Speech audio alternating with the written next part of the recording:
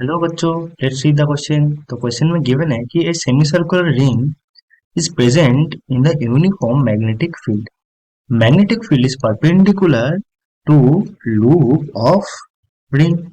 Statement one कह रहा है कि force F on each element of ring is different, and statement two is saying net force on ring must be perpendicular to the magnetic field, right? So इस question का जो की concept होगा, key concept, that is force on a current carrying wire, force on a current carrying wire in a magnetic field,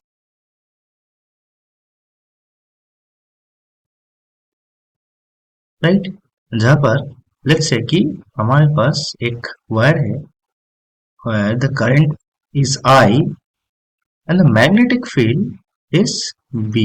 So the force on the current carrying wire, that is F equals to I into dl cross B, where a small element dl is a small element on the wire, right?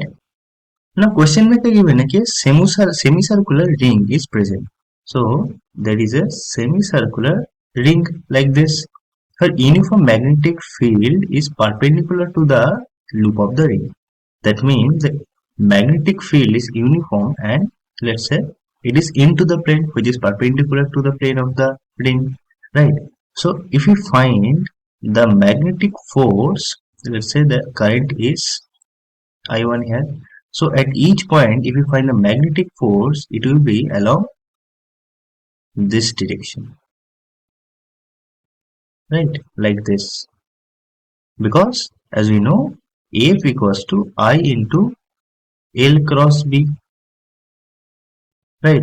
So the statement one, which is saying that force on each element of the ring is different, that is true, because the direction of the force on each element is changing. So as force is a vector quantity, so as the direction changes, the force changes, the vector force changes. So our statement one is correct. Now statement two is saying that net force on the ring must be perpendicular to the magnetic field. Now the magnetic field is into the plane, right? And the force is on the plane which is directed outwards. So the angle between